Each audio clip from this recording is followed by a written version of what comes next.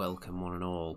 It's time once again for a red hot, spicy, tingling, sizzling, dishlicious, finger-licking good tournament report. Kings of War style, the Nightstalkers are back, baby. 1,995 points.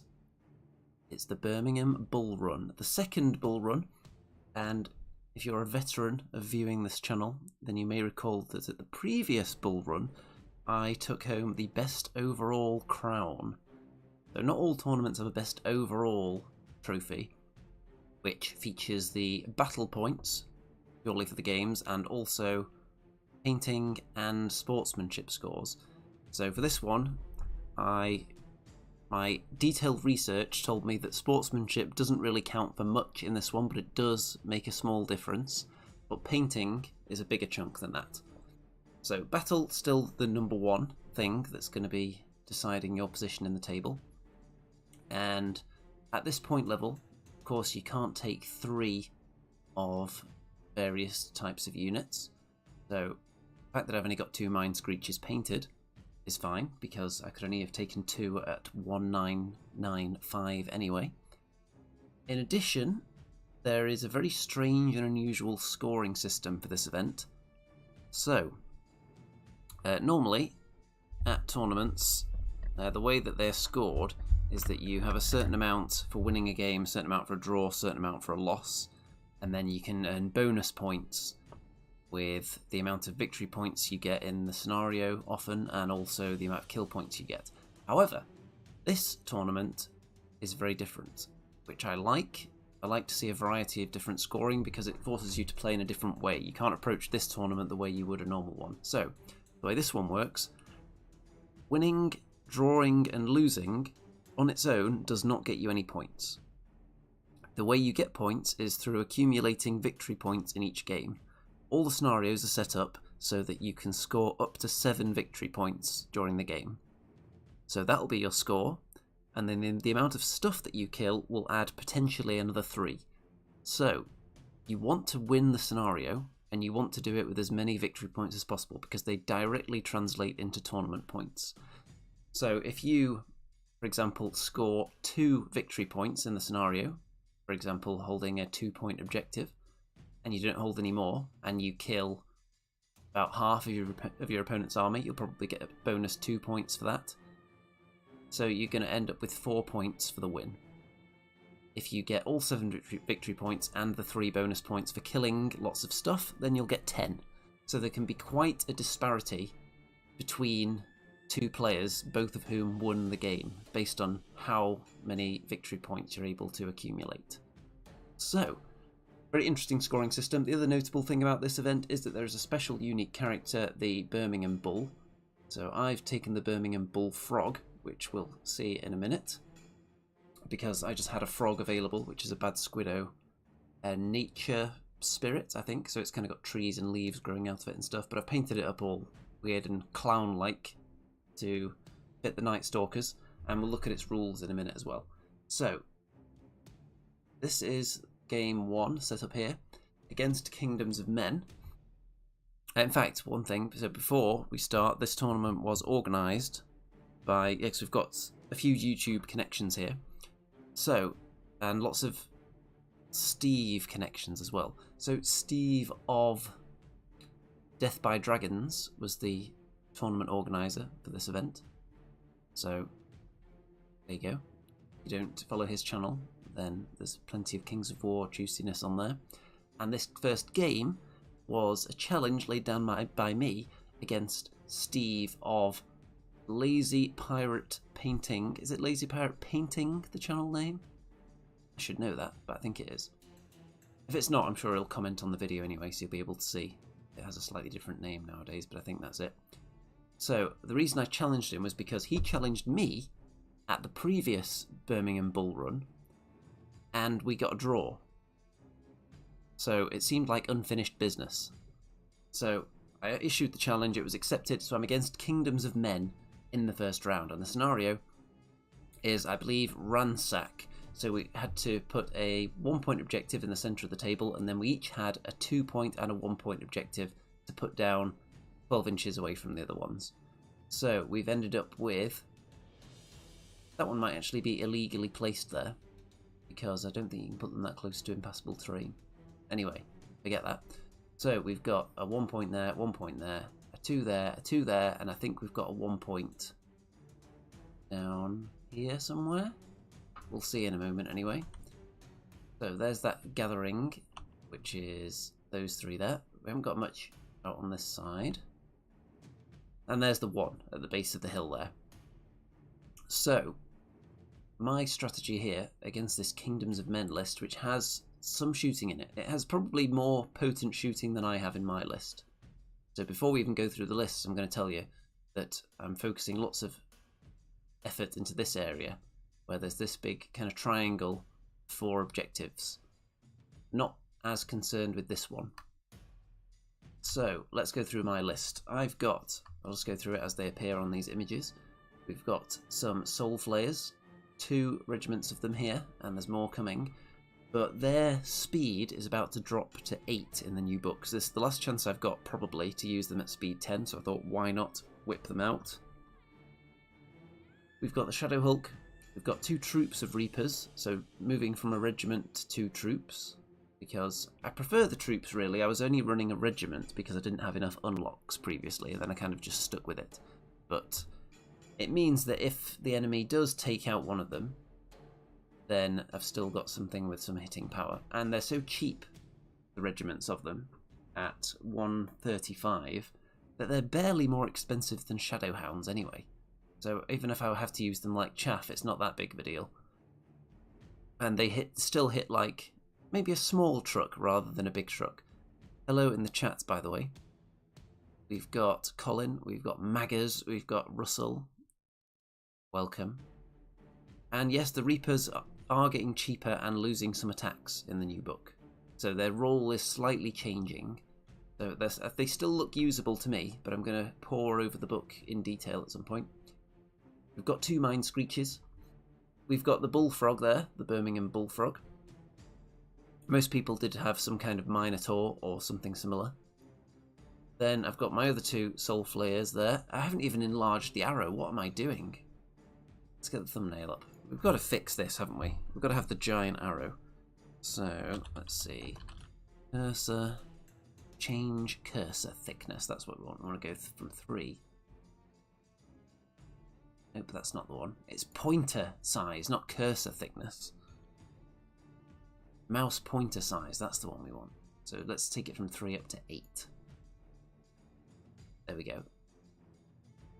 And look at that beast. Okay, that's more of an arrow, isn't it? So Soul Flayer's there and there. By the way, I've got the Blade of Slashing on one of the Reaper troops. It's the one that has kind of spider eggs on the base that you can't even see from this angle, but it's one of them anyway. Got a horde of Scarecrows. Got the Butchers with the Pipes of Terror. So they have Brutal as a result of that, and they can also benefit from the Dread from the Banshee back here, so that could be a good combo there. So the Banshee is the upgraded one that you won't be able to upgrade quite so much in the new book because you can no longer put the Zephyr crown on it. So at the moment it has 2 lots of Windblast 8 that it can use on 2 different units at once. When the new book hits, it'll only have 5 lots, or 5 Windblast twice rather than 8 Windblast twice. So it's about to take a bit of a hit. And I think I mentioned the Mighty Shadow Hulk.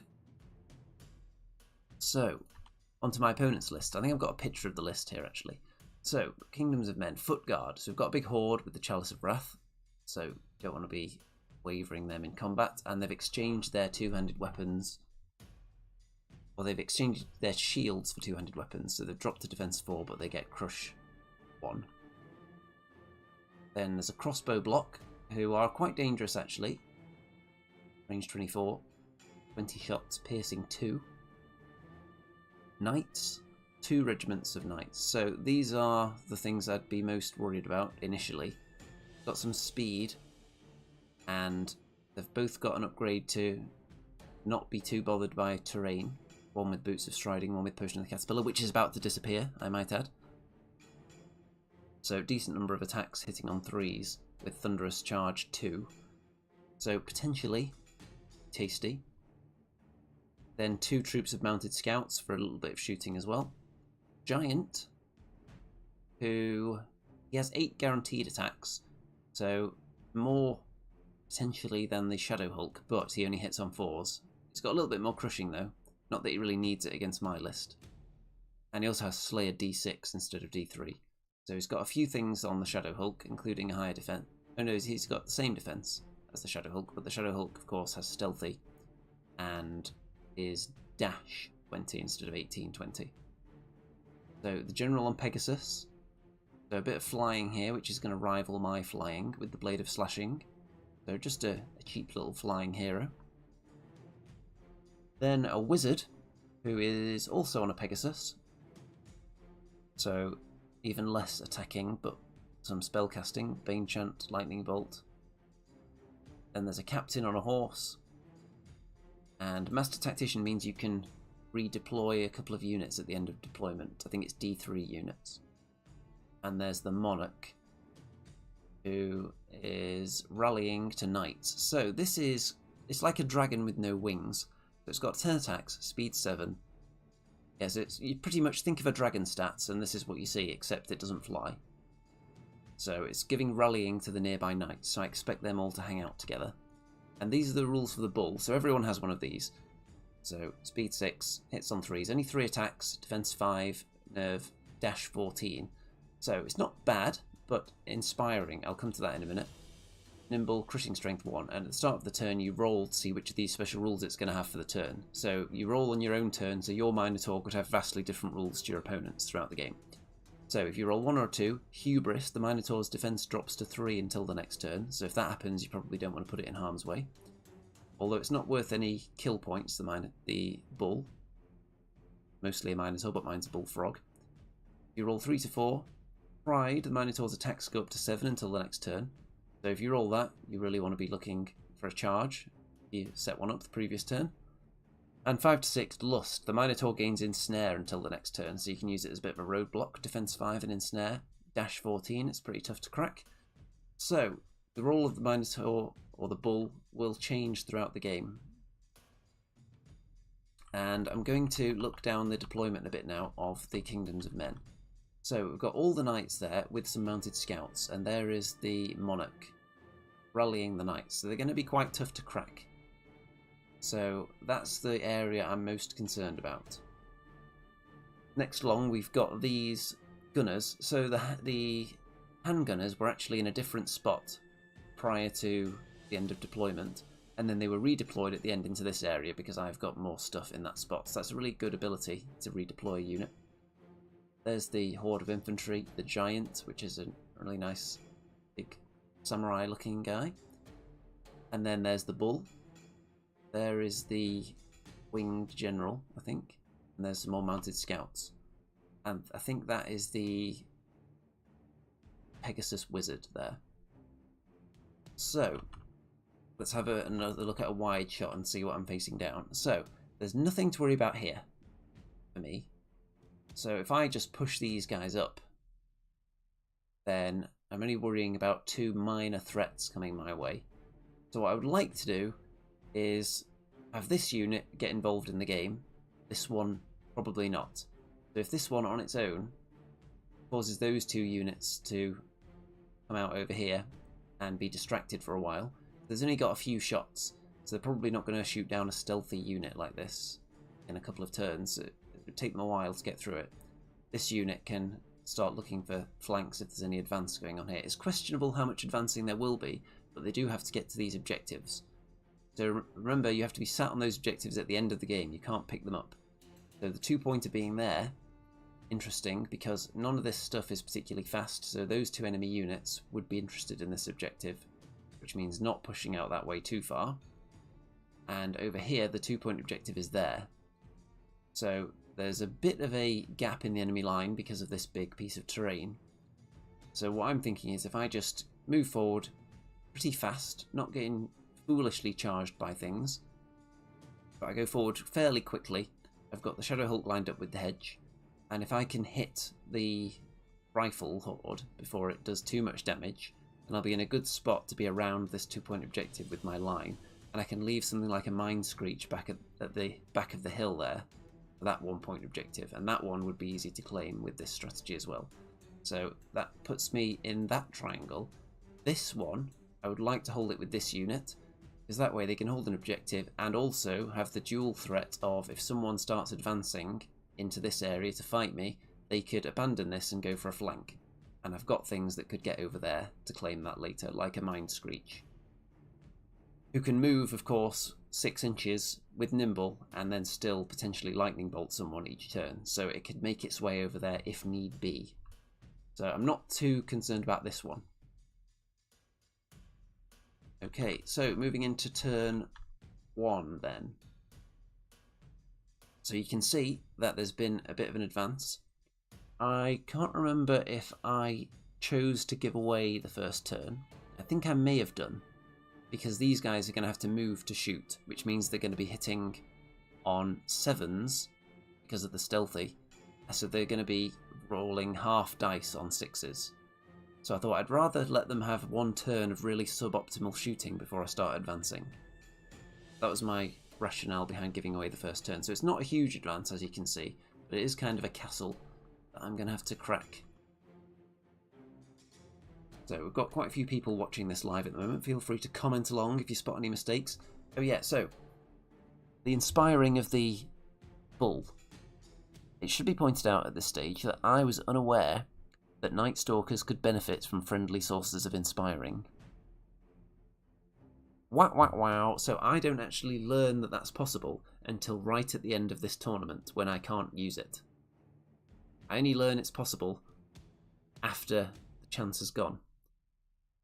So I also learned that Nightstalkers can take the Inspiring Talisman, which I probably would have taken on something at some point. Maybe not in this tournament because we've got the Bullfrog to inspire. But yeah, that was a shock to me.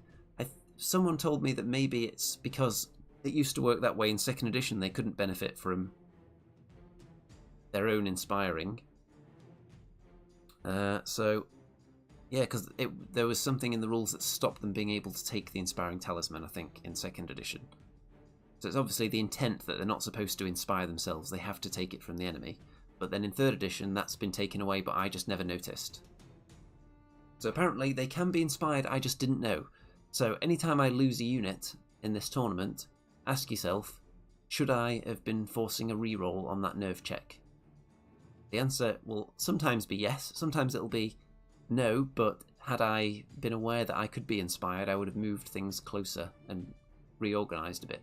So yeah, I'm really hobbling myself there by not knowing that Nightstalkers can benefit from friendly inspiring.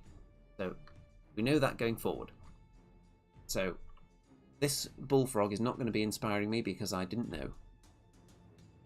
So the shooting, because of the limited number of shots, we only get 1 wound dealt to the butchers initially. So I'm quite happy with that as a first turn. And my plan here, so these knights are really scary, but they're blocked by the troop there. And they're probably not in charge range of the soul flares anyway, because that would be crazy in the first turn. So what I'm thinking is, I am going to push up. I can try and plink off some lightning bolts over at things there, maybe. I can move up in the centre, get onto the objectives, get things onto the hill, and at some point I'm looking to do a strike against this flank at some point, because it's so hard hitting it can't just stay there forever, surely. Because I don't think these guys shooting into stealthy, they may do something, but they're going to have to advance a little bit at some stage. So when they start advancing, I'm going to look to hit this area hard because I don't want to be charged by those knights. So we'll see what I do about that as it develops. So here we go, my turn 1. Soul Flares staying back because they don't want to be charged by mounted scouts to pin them down. That would be silly. So they could charge the butchers if they want. They could charge the scarecrows. I've given them the front though. The Shadow Hulk has moved up a bit as well, but I think he's out of range of everything here. And Reaper's just hiding behind, of course. So my bull rolled a 1 there, which is drop to defense 3. So it's not a big deal at the moment because no one can charge it. And my Mind Screeches are set up to lightning bolt. I think I start lightning bolting the chaff unit. So if I could get through that, they would have a decision to make then. Do they push forward into their charge range and get charged by soul flayers, or do they stay back and just chill near this 2-point objective? Because I could always move forward and get into charging position for me, but not for them. So we'll see. Over on this side, I moved these soul flayers over to the 2-point objective. This unit is just set up there, pointing at the 1-point objective and the mounted scouts that were out of their charge range. So this unit, I'm abandoning that unit over there on their own, because even if these guys come round the back, my soul flayers can get away easily, and they're really far from the rest of my line, so I'm not overly concerned about a small unit of mounted scouts getting round the flank. Banshee back there. So we do some damage with shooting. So it looks like just a couple of wounds plinked onto these scouts. Because I was hoping that if I could waver them, for example, that would just chaff up the lines seriously there. And I think with my damaging wind blast from the Banshee, I nudged a couple of units back. I don't think they actually moved very far because there were things behind them, but it's because it does damage as well. I think I plinked a couple of wounds onto those units. I think it was the Giant and this Horde from the Banshee down there. You can see the Giant at the very least. Yeah, because the Scarecrows are on the hill, so they'd be blocking sight to that unit, maybe? So it may have just been the Giant and... yeah, I'm not sure, it may have just been the Giant, actually. It looks like they've taken damage. Maybe I'm just looking at this skewed. Yeah, because they're on the hill. Actually, maybe the Banshee is supposed to be on the hill. But then the Banshee, I don't think would have been able to see them anyway. Yeah, that's confusing. Anyway, I think there was 2 damage on them, so I'm not sure where that's from exactly. So we might have accidentally cheated already. So turn 2. So we're seeing some dice being rolled there. Are we going to have much of an advance? So the mounted scouts decide that they are going to get into range to shoot at my other soul flayers. These ones are hiding. And look at that finger pointing. That's a man of action right there. So not a whole lot of advancing going on. So they're staying back. What I'm thinking at this point is, you know what? Soul Flayers, they are 165 points. I think it's worth throwing away 1 unit of Soul Flayers to kill these scouts, to block in both units of Knights for a turn. That way I can advance more of my units up and worry about a lot less threats coming my way. Because at the moment all the speed is coming from here. Everything over there is either slow or, in the case of the Giant, not that many attacks. So the main threat for me is here, so I can block that off with 1 unit of Soul Flayers by killing that unit and overrunning, just parking in front of them. Then that would do for me, because then I can advance some really scary units like the Butchers, the Reapers. We've got more Soul Flayers back here, we've got Mind Screeches, so I think we can deal with that. So that's what I do. Kill the unit, overrun, box in those 2 units. And fairly satisfied with that. Everything else moves forward, not giving up any needless flanks to anybody. And the Shadow Hulk, I think, is staying out of range of the Giant. Possibly. I think it is. Because it could either sit up there or it can come down here. The Banshee does some more wind blasting, which is why that Horde's moved backwards. Got the Reapers waiting to strike. So the Reapers are close enough to the back of these 2 that I don't think this Flyer...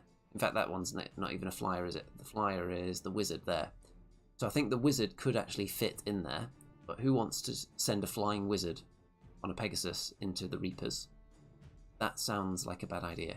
She's probably not going to waver them and would then get killed, I imagine. So, over on this side, the Soul Flayers do 5 wounds to those scouts, but don't kill them. And looking at this, it's not immediately clear, but I'm pretty sure we determined that this was a front from this guy into the Soul Flayers. So I think did I waver them? They may well have they may well have been wavered, that unit there. So, what's going to happen now? Because I've got these guys hiding from everything still, just staring that way, but they're not that eager to fight because they're on a 2-point objective, so if they have to stay there the whole game, they're not too concerned by that. Maga says allowing them to take the talisman is a bit mad. Yeah, I don't understand why Nightstalkers can have inspiring at all. And I've been told there's also an entry in the army that has inspiring as its rule, which I've never taken, so isn't something that's ever been on my mind. So yeah, just learning that Nightstalkers can inspire themselves. Who knew? Apparently everyone but me. So, we want something to charge out here maybe. Anything that wanted to charge the scarecrows. If it's the giant, I'm pretty sure I've got it in the front. So that'll get the giant out of the way. And then what I'm looking for is any opportunity to hit those rifles as well.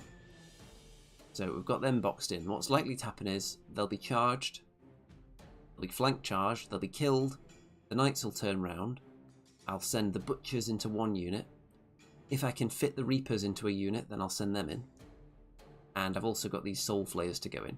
So that means I'll be getting the first hit in on both of them, which means that they're going to lose their thunderous charge, which is a big deal for them. They really need that.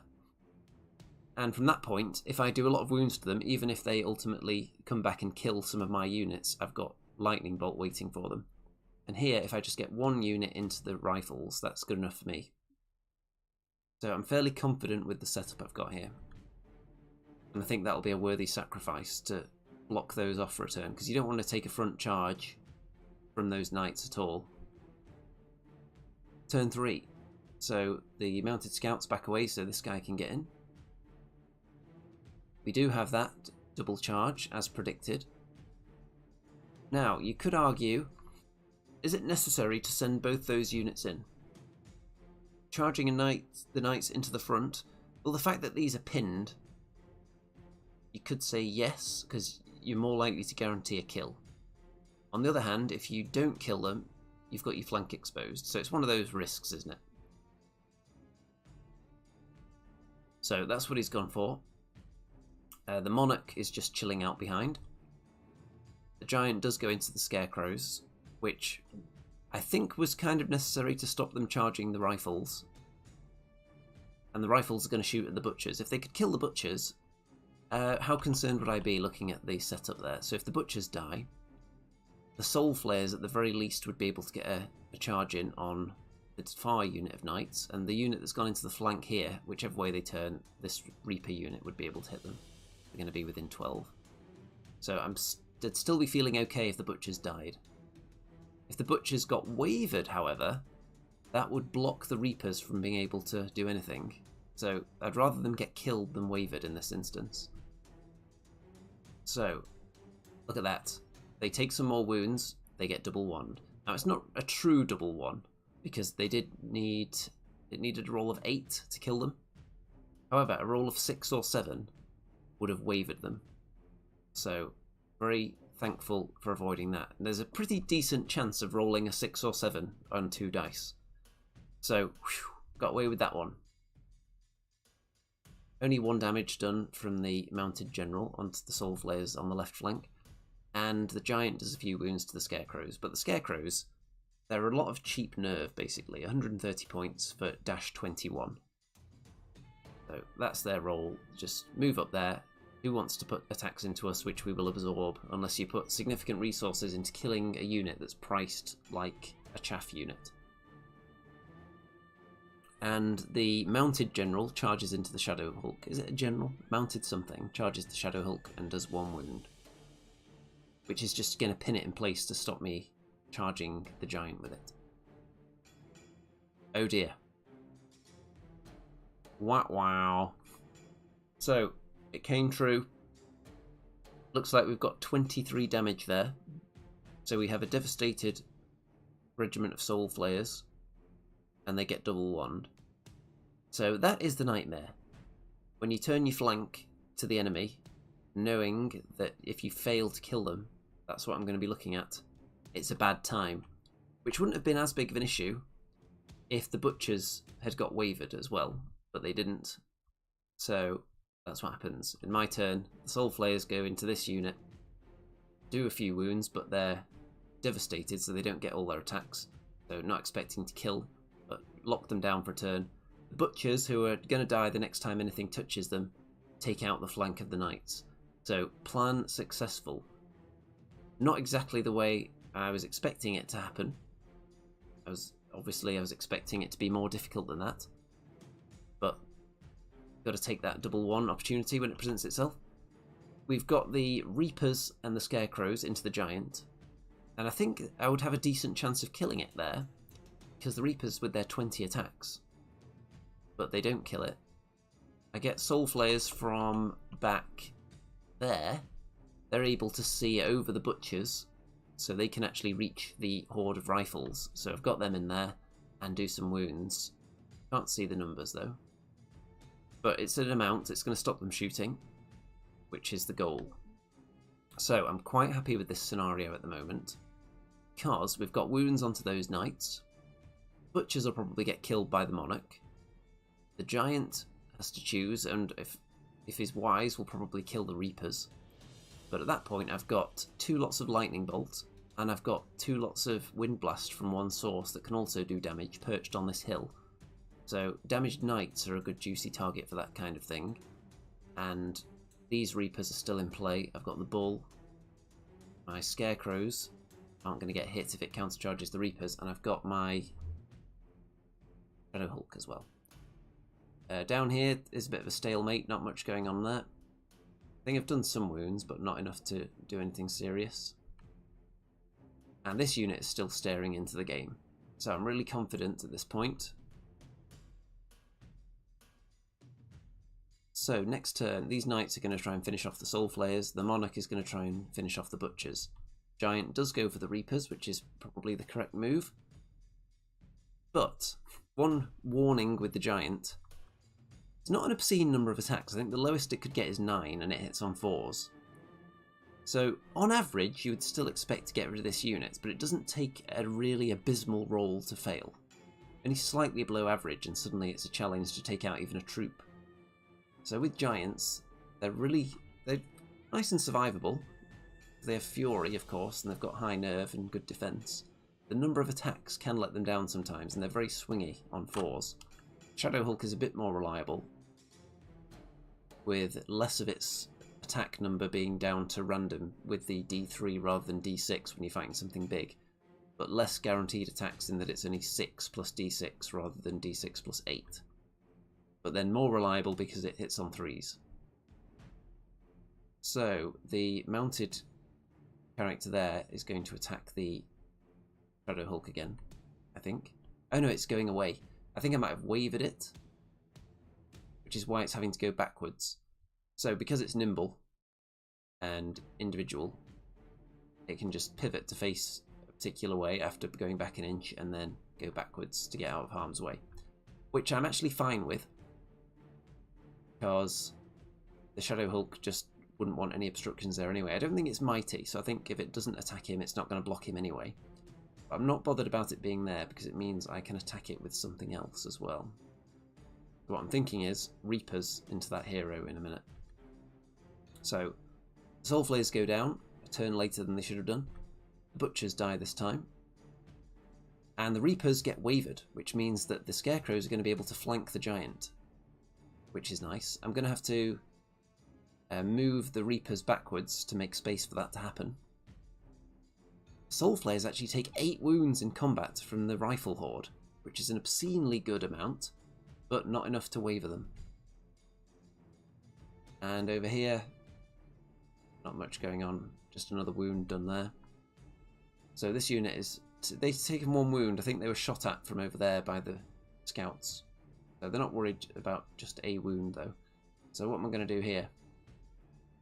Well, let's see.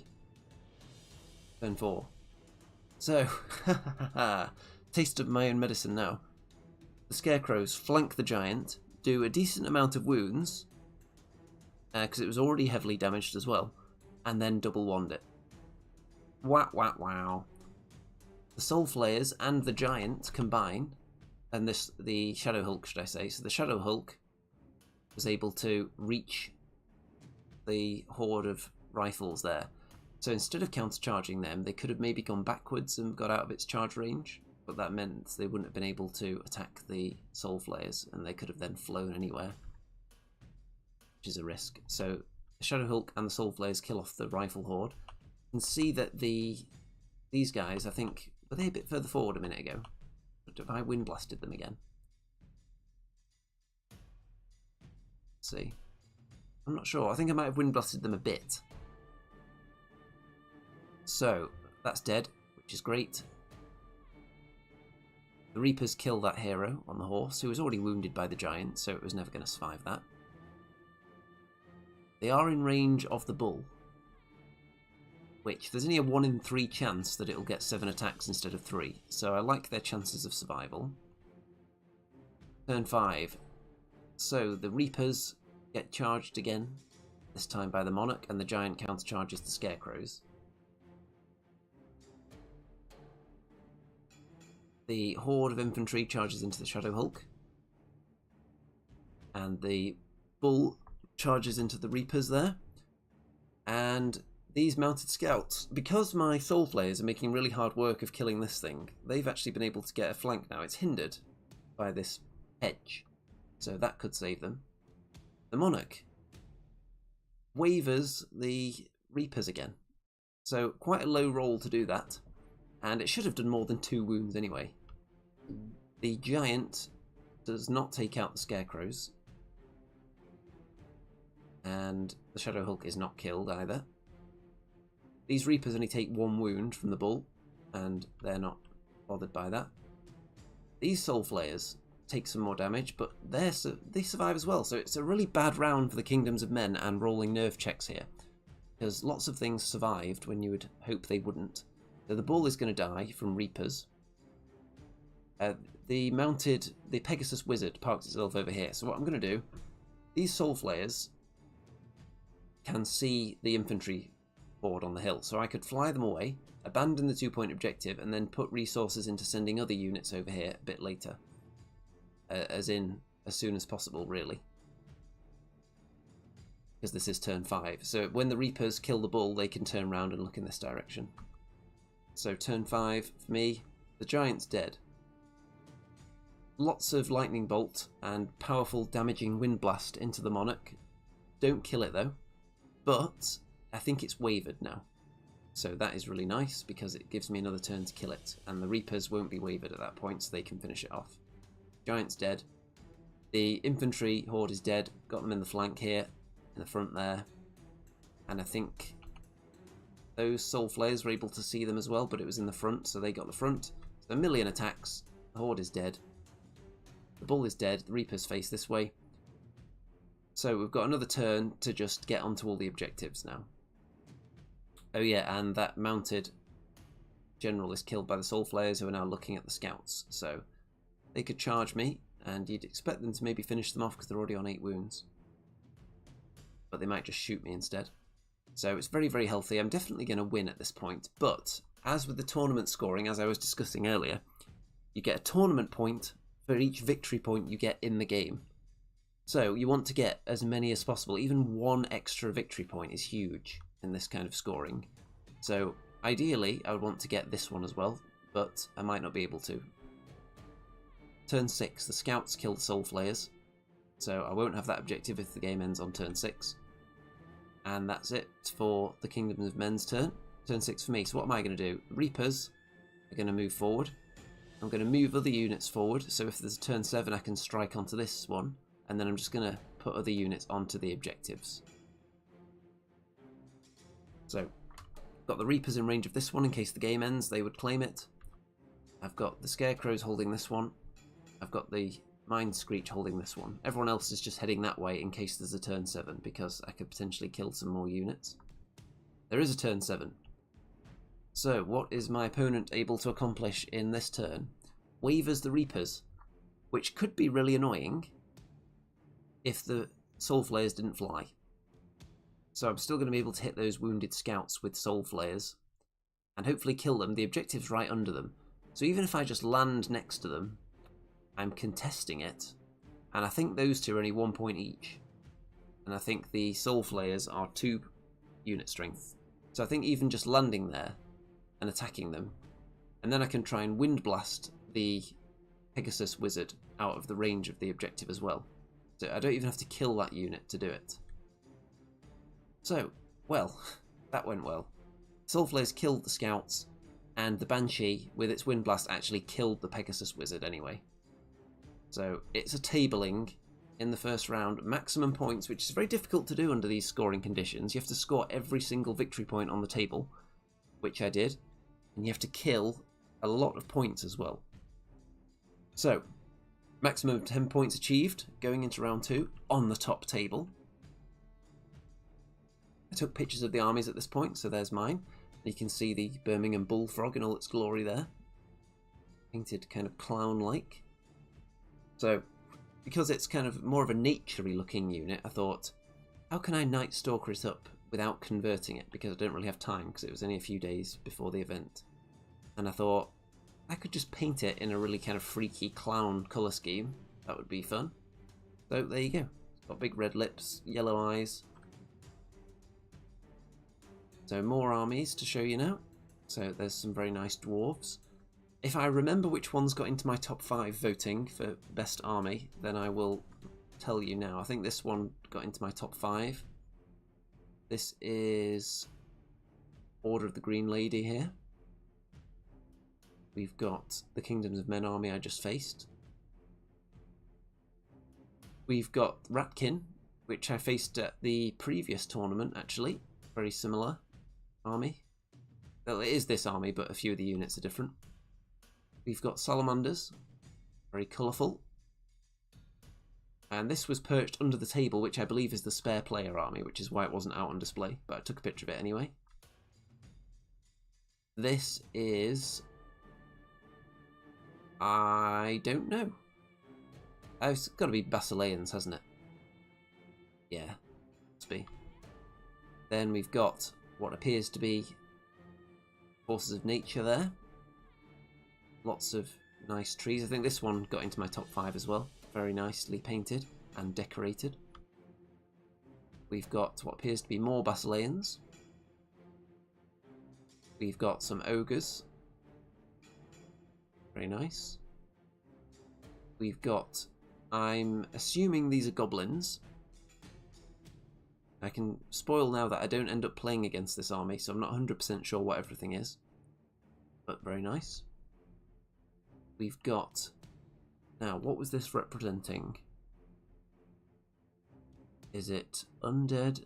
Is it Empire of Dust? I think it could be Empire of Dust, you know. We've got some more nature. Some air elementals. We've got what looks like Empire of Dust again. We've got some dwarves. Very nice. Like the nice bright blue there. We have got Herd. So apparently this army used to have more models on the bases, but the army was almost destroyed at a tournament, which I think it was yesterday's tournament, if I heard correctly. So this army was accidentally knocked onto the floor by an opponent at a tournament yesterday, if my understanding of the story is correct. So, yeah. Then we've got, that looks like some halflings. We've got some, it looks like dwarves to me there. That's pretty cool actually, isn't it? Cool statues. I'm going to assume those are earth elementals. And these have got to be Brock Riders then, haven't they, these chariots? Yeah, that's nice and creative. And I'm assuming this is undead. It looks the part. Yeah, there's some catapults there, probably undead rather than Empire of Dust, looking at it. We've got more Nightstalkers, so some similarities to my army and some similarities to my list. Bloodworms, of course, I don't have yet. some Soul Flayers, and these are Fiends. So these models are being used as Fiends in this army. And there's a Dread Fiend as well. Got some Abyssal Dwarves with the double Hellfane. Seen that army a few times lately. Can't argue with the double Hellfane. And we've got what I'm going to assume are Rift-Forged Orcs because of all the lightning. So very cool. The basing is really what catches your eye in this army, isn't it? Really draws you towards it. We have got Northern Alliance. Very nice. Okay, so that is all the armies. On to the second round. So, top table, we're against Forces of Nature with a horde of Salamander Primes with the Brew of Sharpness. So that is a really hard-hitting horde there. 25 attacks, hitting on 3s with Crush 2. That is really nasty. Centaur Brace Striders, so a bit of fast, fairly hard-hitting cavalry. What would I compare them to? I'd compare those to slightly less dangerous Abyssal Dwarf half-breeds, maybe. Got less attacks, but they're still alright. With Wild Charge with the Mead of Madness as well. 2 hordes of Fire Elementals, also hard-hitting units. 2 regiments of Scorchwings, which can... They don't have many attacks, but they do have some shooting, and very manoeuvrable with Fly and Nimble. We've got a Beast of Nature, upgraded to Wings, so it flies. 7 attacks, Crush 2, so that's pretty tasty as well. Some Vicious around in this army. Greater Fire Elemental. I'm seeing quite a bit of Defense 5 in the army, and that's a decent unit there, the Greater Fire Elemental. Bladewalker Druid, so replacing Heal with Surge 8, so there's going to be 2 sources of Surge in here. With the Ring of Harmony, and I can't remember what it does. Oh, that's the one that lets you cast 2 spells in a turn. I think that's what that does. And then we've got a Tree Herder, who also has Surge 8, and is just a bit of a hitty machine as well, with only 9 attacks though, but hits quite hard. And a Unicorn, who is there to provide healing and inspiring. But also can do a little bit of fighting if need be as well. So, here is the setup, and the scenario is... What is the name of it? Is it Plunder? Is that what it's called? What's the scenario called? But anyway, there's 5 objectives along the centre line. You can pick them up, and each player picks 1 to be worth 2. So you can see the 2-point objectives are both on this side, and I'll explain that in a moment. So yeah, there's 1-point objectives here, here, and here, and there's the 2-pointers. So I had the choice to put the 2-point objective down second, so I could have chosen to spread them out across the table. However, I chose to bunch them up. And that's not because it benefits my army to mass together, because I actually don't mind spreading out because I've got lots of speed and manoeuvrability. The idea is to entice my opponent to deploy everything in one big block. Because there's a lot of speed. There's Scorchwings, there's a Flying Beast of Nature, there's a lot of Surge. I don't think Soul Flayers are going to thrive in a situation with those elements. It's difficult to land somewhere safely because there's Surge going on. There's lots of units that can match them for speed that are actually decently hard-hitting, Beast of Nature. So what I want to do is get as much of the enemy army as possible down here. The less over there is, the more I can mop them up with my Soul Flayers and then start rolling the flank. So that's the game plan. And it seems to have worked because we've got almost everything in the herd army pointing at these 2 objectives. So we'll see whether that risk pays off, because obviously it is a risk putting the 2 most valuable objectives right next to each other when the opposing army can just march everything towards them. So we'll see if it works.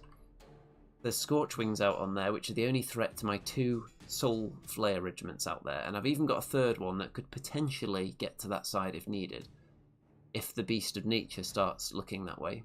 But at the moment it's facing this way, which would suggest intent to go for the middle. Got my Banshee in the woods there. And so there's the objectives. This one is on a hill.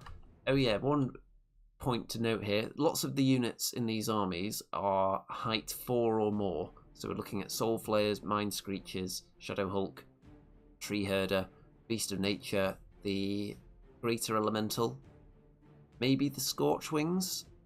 I'm not sure about the fire elementals. So lots of these units, when on the hill, can see over the woods or the volcano. So just something to note. So there's my setup. I've got the bullfrog at the front, because at this point I'm still not aware I could be using its inspiring, so I'm just using it as chaff. And it's blocking up the butchers, who are then blocking up the soul flayers. I've got scarecrows with the reapers hiding behind, they don't want to die before they get there, and the mine screeches, so all in a big blob hiding behind the scarecrows. We've got the Shadow Hulk there. Shadow Hulk going through the terrain because obviously it's got Strider, so it's not going to be hindered if it has to charge through that. And the Banshee there as well. So, I also wouldn't mind the Banshee being involved in some flanking action at some point, because she can push things sideways or pull them sideways as well, so we'll see. Scorchwings are the only real threat out there, as I was saying. So in the middle here we've got the horde of Salamander Primes, who are missing a few models from when the army was almost destroyed yesterday. Centaurs. So the unicorn position behind them means I can't wind blast them back immediately. So obviously that's good, putting units behind each other against all that wind blast. Over on this side we've got all the elementals, so we've got a big, horrible, hard-hitting block here. We've got the bull, we've got the greater elemental, we've got the other source of surge there, other than the tree herder. We've got some scorchwings. So the tree herder can do a scout move, so moves out. Turn 1. So my opponent goes first, I believe choosing to go first. The bull moves up. And obviously when you have to pick up the objectives, going first can be an advantage, because you can get right onto them immediately. And then maybe drop them later on and pick them up with different units and start like passing the objectives back through your lines. I've seen many a person do that. It's often a tactic to go first in these kind of scenarios where you're racing to the centre. It reminds me of dodgeball, where you have to race to all the line of balls in the middle and take them back to your side. So we've got the horde. There is some difficult terrain there, so they're slowed down a little bit. What would I like to be wind blasting? That is a real threat. So the reason the Banshee is there is because I want to wind blast that. I would have to wind blast the unicorn first, but she does have 2 lots of wind blast, and I've also got the soul flayers with wind blast as well. Beast of Nature is staying away, which is wise. Don't want to get charged. So over here I'm safe from surge, because the only shambling units are over there. So it's these 3 elemental units are shambling. So at the moment I'm only worrying about surge over here, which is good. So soul flayers take 2 wounds from the scorchwings. So in order to do that, they had to get within range to shoot, which means they're now within double charge range of my 2 soul flayer units. So I think that was ill-advised, probably, because they're easily going to die from this double charge, which then leaves me unopposed on the flank.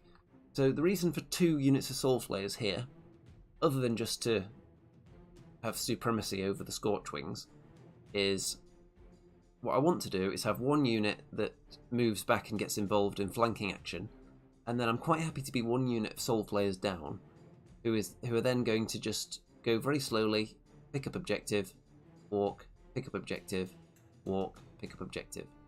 So over 6 turns, if I can kill them in 1 turn, face the objective. Turn 2, pick up the objective and face that way.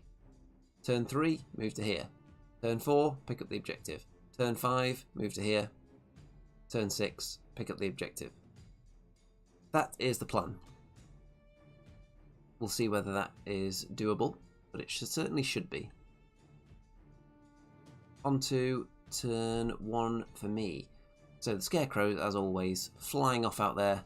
Not literally flying, one of the few units that doesn't fly. Moving forward as fast as they can, not needlessly giving up flanks though, and everyone else just crammed in behind them. Over here, the soul flayers do exactly as expected. They annihilate the scorchwings, and this unit is going to be the one that looks down there and starts marching towards the enemy flank, and this unit is going to go and collect objectives. We've also got this unit here, so the important thing about this is that any unit that wants to worry about this flank, for example the Beast of Nature, if it wanted to get into a position to look at them, to deter them from coming closer, you're then opening up to this unit. So it's already a really dangerous position. over on this side, so what you can see here, the Birmingham Bullfrog is slightly overhanging the edge of the Butcher's base. That means the Scorchwings cannot charge the Butchers. And I've turned the Soul Flayers slightly away from the action because there's not enough space for the Scorchwings to charge them and land in there now. Their only choice is to charge the Bullfrog or charge the Scarecrows. So working hard here to stop them getting a charge that would be annoying to me. I don't want wounded Butchers going up against Fire Elementals because they would just get smoked. And over here, so I've Wind Blasted the Unicorn and the Horde back. Quite a significant distance actually, and actually waver the Unicorn as well, which is quite funny. So do some damage with Wind Blast as well. So look how far away they are. Where were they? So they were right up to the centre piece of terrain there, and I've pushed them back about 6 inches each, which is really good. In fact, I pushed them back more than that because the Soul Flayers pushed the unit back a tiny bit first, because there was a teeny tiny gap between the Unicorn and the unit. So I pushed them back about ½ an inch with the Soul Flayers first, and then the Banshee pushed back the Unicorn because she can see it over them, and then she pushed back the Salamanders. So they're totally out of the action at the moment, which is great as far as I'm concerned because I was worried about them at the start. And okay, turn 2. So the Scorchwings decide they are going to take on the Bullfrog. We've got a triple charge into the Scarecrows. We've got the Centaurs, we've got the Bull, and we've got the Greater Fire Elemental. So it's actually on a smaller base than the model is on, so this base is just being pushed around in front of it to represent where it actually is. And over there, they've just moved up again to get back to the spot they were in, and the Beast of Nature is now parked behind them to stop it happening again to the same extent. The Wavered Unicorn is just chilling out back there. So the Fire Elementals are in position, ready to strike. So I'm going to have to fight through the chaff, and then how am I going to deal with these 2 hard-hitting units? Let's find out shortly. So, Scarecrows are dead, which isn't necessarily the worst because they're cheap and it opens up charges for things like my Reapers, which of course I'm always happy about. And the Frog only takes 1 wound, so it's alive. So what am I going to do here? The Butchers can obviously join in with this fight now. Soul Flayers can charge something. I've got 2 regiments of Reapers there that can see all those things because they're all taller and they're all on the hill anyway. My Mind Screeches that I can lightning bolt someone with. The Shadow Hulk. Okay, you can see actually that since last turn he moved backwards a little bit because he wanted to get out of the sight of the Centaurs. So he actually moved out of the woods in the previous turn, just a teensy bit. Because obviously you don't want to be penned in by a unit, and they certainly could have done that. So the fact that they've now charged here means that he can see them, so he's going to charge them. Turn 2 for me. So, sadly, okay, here's the plan I had, because I didn't measure this at the time, because I didn't want to give away what my plan was. If the Soul Flayers out there are in charge range of this horde, I was going to fly the Banshee and land it there. So that way, if the Soul Flayers charged in, they wouldn't have to end up spilling over into the terrain, so they wouldn't be hindered, because that gap is big enough for them to land. However, it turns out they're not in range to do it.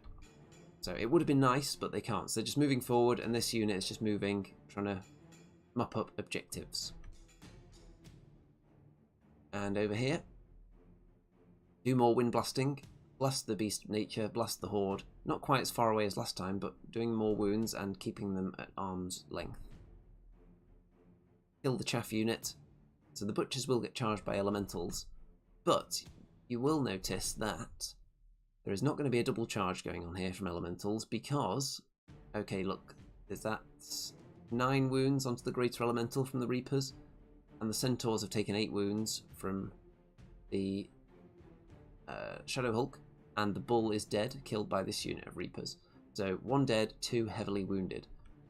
You'll notice there's only 1 unit of Elementals there now. That's because this one was pushed really far away. I got these 3 wind blasting units in position, went with the furthest away ones first, and then this one, and ended up pushing them all the way back there. So they're out of charge range, and if they want to be surged into the action, he's all the way over there, so he can't do it. He could, but he's only got surge 8, which on average is not going to achieve higher than their normal charge move anyway. So wind blasted them away with the Mind Screeches and the Soul Flayers. So there's only going to be a single charge into the Butchers, which is great because they should survive 1 round against Fire Elemental charge. Because the Elementals are also on a hedge, which is like a fire hedge. So they are going to be hindered as well. And I do waver the Centaurs with the Shadow Hulk, which means that only this unit is going to be charging into anything here. Wavered. Okay, so it's looking good. We've still got a lot of things to kill. Turn 3. So the 1 unit of hindered elementals goes into the Butchers. The greater elemental is going to go back in and try and kill those. There's some measuring going on here. The tree herder makes his way all the way over here. I think he provides radiance of life, so he's going to give some healing benefits around here. The Flying Beast of Nature lands right there because it's not quite in range to charge the Shadow Hulk, which it actually wanted to do. It's just flying up here, which is going to block in the Shadow Hulk and cover the advance of the Salamander Primes. So the Butchers take 6 wounds from hindered elementals, which is a decent number considering they're hindered, but not enough. 1 unit of Reapers is gone, and that's it. So this next turn, what is my plan? What I need to do, because actually there's another picture coming shortly. Okay, he overruns this guy. Look at him there. So overrunning down here means that now nothing really of mine can see him that's significant, that would want to charge him. So I need to make this unit useless next turn.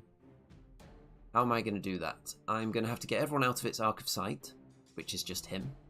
And I'm going to have to shut down all the sources of surge, which is him and that. Because if this can be surged next turn, it can just kill whatever it points at, because I don't want to have to turn around and look at it. That means I'm not looking at everything else as a threat. I want to keep facing forward, so I have to tie up and wound in combat both sources of surge.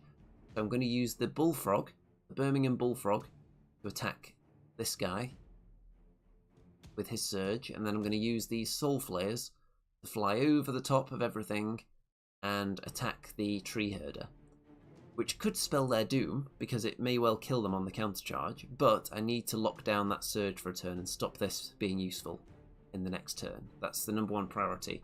The Butchers may not kill the Fire Elementals in a round, but they'll heavily damage them, and then I can Lightning Bolt things with these 2. These 2 are going to try and Lightning Bolt the Greater Elemental out of its sight. And then here, the Reapers should be able to finish off the Centaurs, and the Shadow Hulk should be able to kill off the Beast of Nature with its extra attacks against big stuff. So that's the plan.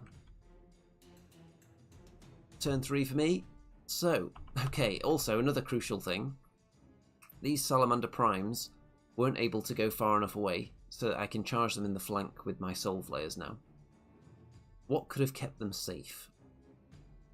It's hard to say, because if we look where they were actually there. So, how could they be safe here? They could go forwards and pivot, which would put both units maybe in the front with a hindrance. You could do that. You do run the risk of them being bypassed. You could just fly over there, maybe. Is that something that you would be bothered about, though? I don't know, but because the Beast of Nature is running away, they don't have much support now. Beast of Nature wants to block in the Shadow Hulk. So they've just sidestepped, which means they're still in range to charge, so I can have an unhindered flank charge and I can have an unhindered front charge with the others. So both units of Soul Flayers are able to charge the Salamander Primes now. Which means dead Salamander Primes, and this unit is just continuing its quest to mop up the objectives. They're dead. The Reapers charge into the Centaurs who are carrying a token and take it off them. The Shadow Hulk does not kill the Beast of Nature but does waver it. Tree Herder takes wounds from the Soul Flayers, so it's not going to surge. And this guy took, what is he, a Glade Stalker or something?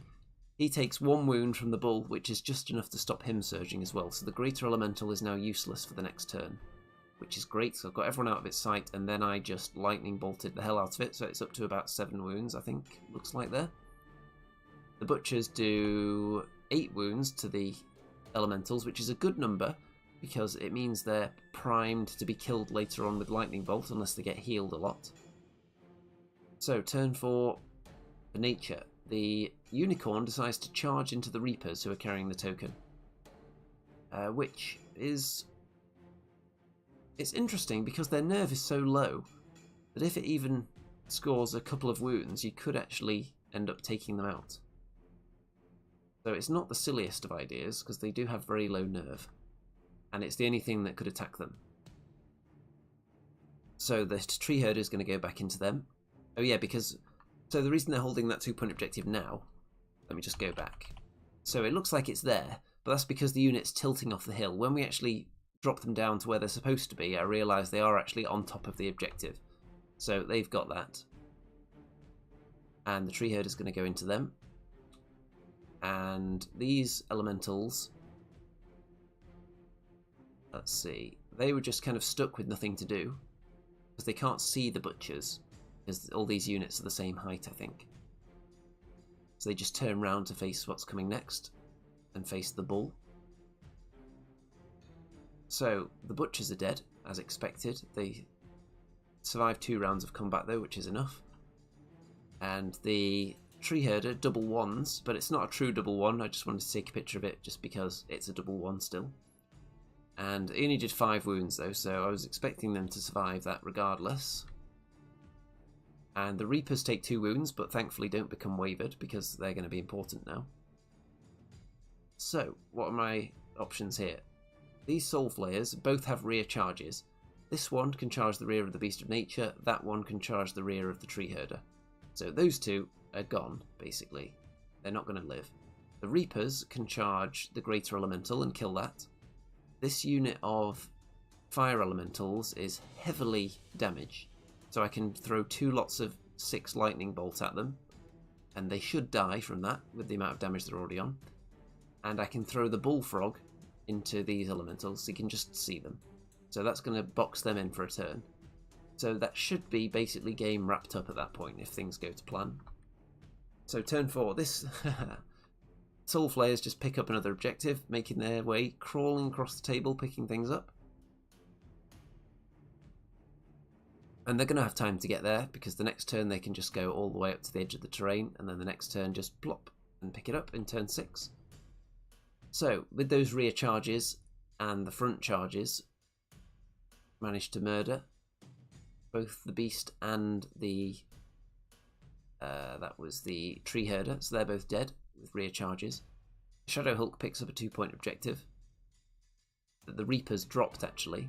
The Reapers dropped it, and then they charged into the Greater Fire Elemental that they killed, and then the Shadow Hulk picked up their token. The Mind Screeches lightninged off the Fire Elemental horde, and then the other horde is now locked down by the Birmingham Bull. And there's only that thing and the horde left, and the Unicorn. Turn 5 for Nature. So the Unicorn chasing down the Reapers again and wavers them, which is just funny. And the Bull gets killed, but obviously this unit is about to get attacked. So, turn 5 for me, I've got 2 chances to kill that unit. Again, they work their way over there, so they just need to land on that in the last turn and pick it up. Because they're reduced to speed 5, obviously, which is why it's taking them so long to get there. And over here, you can see the first unit of Soul Flayers have gone in to the Elementals, done a few wounds, but don't kill them, but I've got a million other units waiting to strike, and these Soul Flayers pick up a 2-point objective there. So I'm holding lots of objectives. I think I'm actually holding all of them at this stage. However, in the furious counterattack that happens in the next turn, the Elementals kill off a unit of Soul Flayers, and the Unicorn kills the Reapers this time. You can see I surrounded the unicorn to try and lightning bolt it away, but didn't kill it last time, so it was able to kill them. And onto my turn 6. So they just pick up that objective, obviously. So I've now got all of them. 2 units of Soul Flayers charge the elementals and kill them off. The unicorn is alive. Because this happens. Double 1. Wow, wow, wow. So the unicorn lives. Game is over. And it's another maximum points for the Nightstalkers. So that puts me comfortably in first position going into the final round of the event. Which is always a nice position to be in. 2 tournaments in a row going on the top table in the last round. Which is a good sign. And so the way the scoring works for this tournament, because I think my army is quite interesting to look at, I think I will have got quite a few votes in the top 5 armies for people's favourite army. If it was top 1 or 2, I don't think I would get many votes, because there are a couple of armies there, at least, that were just technically superior. Just really top-notch paintwork. So if it was just pick your favourite army, I think one of those would just get all the votes. Because it's top 5, there's a really good chance of my army getting into the top 5, because it is really interesting to look at. And it's just weird. And there's a lot of conversion work, a lot of effort gone into the conversion, especially on the Shadow Hulk. So I think people appreciate that and they find it fun to look at. So I think that just gives it a chance of getting in people's top 5, which is going to give me a decent painting score. So combining for the overall score means that going into the last round, I'm in with a good chance. If I don't get steamrolled, I've got a chance still at reclaiming, it's not even reclaiming, retaining my crown from last time for best overall. So it's a Night Stalker off in the last round. Is it similar to my list? A little bit. So Bloodworm Legion. When I look at this, I think, unless I can get a double Reaper charge onto it, I'm not going to kill it. Nerve 28. Wow. Got the Hammer of Measured Force as well, which isn't that useful against my army, to be fair, but I'm sure it helped in previous rounds against other things. 2 Hordes of Butchers, one with no, there's no Caterpillar. Made that up. 2 Soul Flayer regiments though, so I've got Soul Flayer Supremacy. 2 Hordes of Fiends, which I don't have. So I haven't run Fiends before, but they do have a lot of attacks. 24 attacks, only on 4s though, and only crush 1. They do have Vicious. It's kind of a mixed bag. They look quite good on paper, so I might try running some Fiends at some point. Needlefangs. Now, Needlefangs, I thought they're just really bad. They do absolutely nothing apart from get in the way of stuff, but for 80 points, do you need them to do more than that? Probably not.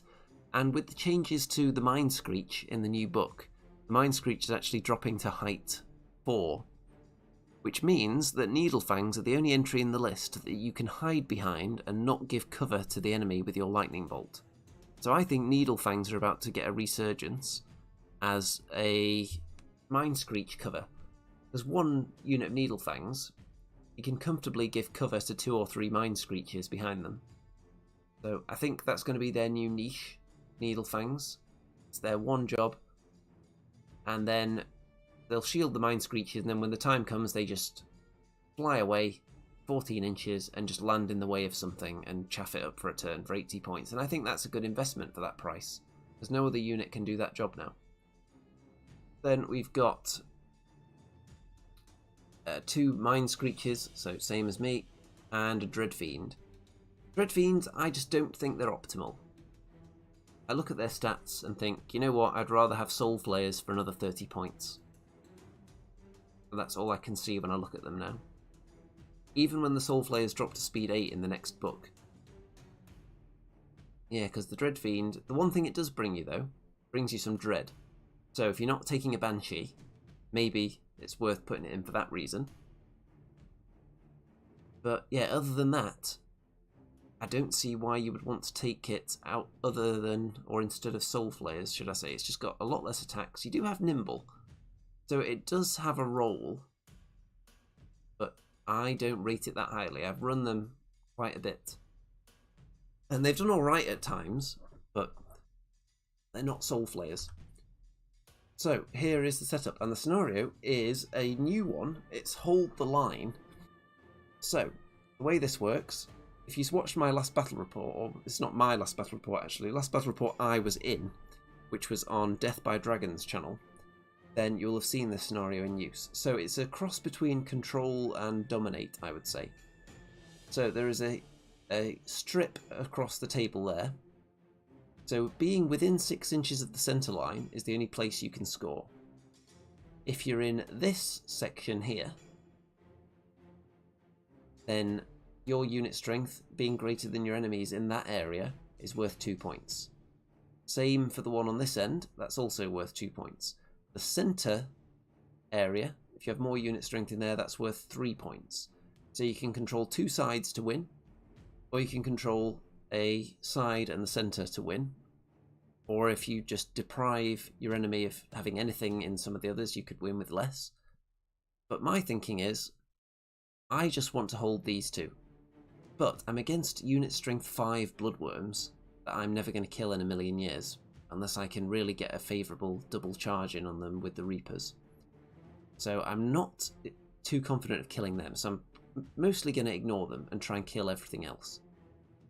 I've gone for flank supremacy on this side, because as you saw in the previous game, if you can just totally murder a flank, you're then free to look down at the enemy from this side. And I think there's a good chance of that happening here, because I'm up against 2 units of soul flayers. I've put 3 over here. And there's the bull over there as well, who isn't that scary. Over on this side, there's also the Mind Screech behind there. I've deployed minimal stuff on this side. So I'm writing off this area already. I'm not even going to try. Because there's 2 hordes of fiends there. There's butchers. I'm just not going to do it. So what I'm going to try and do is just hold them up. So if I go first, it means moving forward with the Mind Screeches probably, and just wind blasting to hold them back a bit. And just threatening them. If I can prevent them moving forward, that would be nice. But I just want to hold them up. So I've got my frog over there as well. And this huge piece of terrain is preventing me from being hit from this side. So overall, I'm quite happy with that setup. However, something's going to happen that's going to catch me off guard in a minute. So we've got the Dread Fiend between them as well. So this side, I've just not gonna win it, surely. In the middle, we've got the Bloodworms and some more Butchers on that side of them. And those are the Needle Fangs back there, which are represented by the Dead Zone Plague Dogs and the 2 Mind Screeches. They're quite similar to one of my Mind Screeches, except the brainy bits is painted green instead of white. Otherwise, they look fairly similar. And these are the Soul Flayers and the Bull.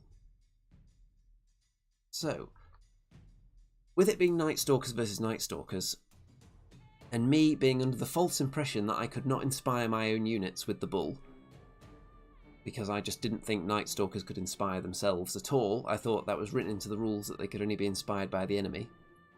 My opponent is going to have an advantage here, because I don't know that I can inspire myself, and my opponent is fully aware that the Bull can inspire his units. And just assumes that I know that as well, because obviously I'm a Nightstalker player, surely I would know that. But no. So, there are going to be moments in the game where I should have been inspired, and just didn't say I'm inspired, because I didn't know that I could be. So we'll see when that comes up. So my opponent wins the roll-off and chooses to go first. And I'm expecting a bit of an advance. I wasn't necessarily expecting everything to be thrust full speed ahead here, which is very bold. So this unit goes absolutely the maximum. This unit does not, because obviously this is the unit that I could hit with multiple things. And these ones don't really want to be charged because they're kind of out the way. So, what is my plan here? Well, to face off against this side of the table, what I'm going to do in a minute, I'm going to double charge the Hindered Bull and the Soul Flayers into these fiends. I'm not going to kill them in one round, probably. And to prevent me being hit by this unit, I'm going to sacrifice the Banshee. So, once they're out of the way, the Mind Screechers are going to move this way, Lightning Bolt this unit to hell. Then I'm going to move the Banshee there and Wind Blast them sideways so that they can no longer see my Soul Flayers in combat here. Banshee will then be attacked by the Dreadfiend, most likely, but I'm also going to Wind Blast that, so I could get lucky and waver it if I do damage with the Wind Blast, you never know. But the Banshee is kind of sacrificing herself for this plan, because if I get the double charge in there, if I heavily wound them, heavily wound that unit with the Lightning Bolt, then I'm pretty confident that I could convert that situation into something good from there. They, on average, probably don't get killed by the Fiends in one go, I would think. Let's work that out. So, 24 attacks and they hit on 4s, so they would do 12 hits, and they have Crush 1, so they'd be wounding on 3s. So, you'd think maybe about 8 wounds. So, you would think that they could take them out in one go, but this guy's here, and I don't know he's inspiring. But if they do take them out, that's kind of part of the plan anyway, because the Lightning Bolt, this unit will be too far away to threaten my Mind Screechers. I can then Lightning Bolt this one off after they kill it, and I'll still have the Bull. They could do something unexpected, obviously. They could just countercharge the Bull, and then the Dreadfiend could charge the Soul Flayers, leaving the Banshee alone, which would be a weird choice. But we'll see. We'll have to watch it play out. Over here, you can see that the Butchers are preventing themselves being hit with anything too scary. They've got this terrain here, which they'll be able to rely on. I think they're out of the charge range of everything at the moment. That spicy tape measure action. They're keeping mostly out of charge range though. On this side, what's my plan? Well, I want to get this over and done with quickly because I've got a lot of points invested over here. What I'm going to do is push a unit of Soul Flayers forward and offer charges. I'm going to offer hindered charges mostly. But a unit of Soul Flayers isn't really going to take out another unit of Soul Flayers in one go as a guarantee. I think they've got a chance, but they're probably not going to do it. So, turn 1 for me. So the Mind Screechers do their thing. I Wind Blast this unit away. Get up to 6 wounds on them, which is a good number for finishing them off later, because there's not really any healing against me in this game. And that unit takes 8 wounds, which is, again, a good amount. So, the plan is working up to this point. Because both these units are definitely Lightning Bolt worthy now. They can be healed away by Lightning Bolts. Over here. So, the Soul Flayers that charge in, this one goes in first, so they take the hinder, meaning this unit doesn't get hindered. So, this definitely not going to be enough to kill them, and even unhindered, 1 round Soul Flayers versus Soul Flayers, you don't expect them to kill them instantly. And look at that, it's a finger pointing at the frog. So I think he was targeted with some Lightning Bolt from the Mind Screech back there. So he's on a wound. Or is he? No, the Butchers charge him actually. I think he's already wounded, and the Butchers charge through there. They're going to be hindered. And because of my role on the Bullfrog's rule, he's actually got Ensnare at the moment as well. So he only takes a wound. Or he will do in a minute if that wasn't the picture yet. 2 wounds onto these Soul Flayers from a Mind Screech. So, the Soul Flayers there are dead. So they took 7 damage. And that means that with Dread from the Dreadfiend, it's effectively 8. So, you need to roll... Yeah, it is effectively 8, isn't it? So you have to get them up to 15 to kill them. So you need to get 7. However, I didn't know this guy should be inspiring to me. So I didn't force a reroll. So, rolling a 7 twice is not necessarily the guarantee that you might hope. Many a time, that second roll pops up with a 5 or something. So that's one time when inspiring definitely would have helped me. There's a later one coming up where I could have definitely saved a unit if I'd known what abilities he had. But here is definitely one example of where the unit would have had a chance of living, making... I think the average, if you're making someone roll a 7 twice, I think on average they fail one of them, don't they? Looking at the stats. So maybe if I'd remembered, or if I'd actually known the rules for my own army and known that he could inspire them, they could have survived there. And that would have been quite a big deal, actually, because that would lock this unit in for another turn. I would be able to hit them again. If I only got wavered, that would still be okay, because they'd still be locked down, allowing me to focus lightning bolts on this back unit. Because the bull is still doing well, the bullfrog, only 1 wound.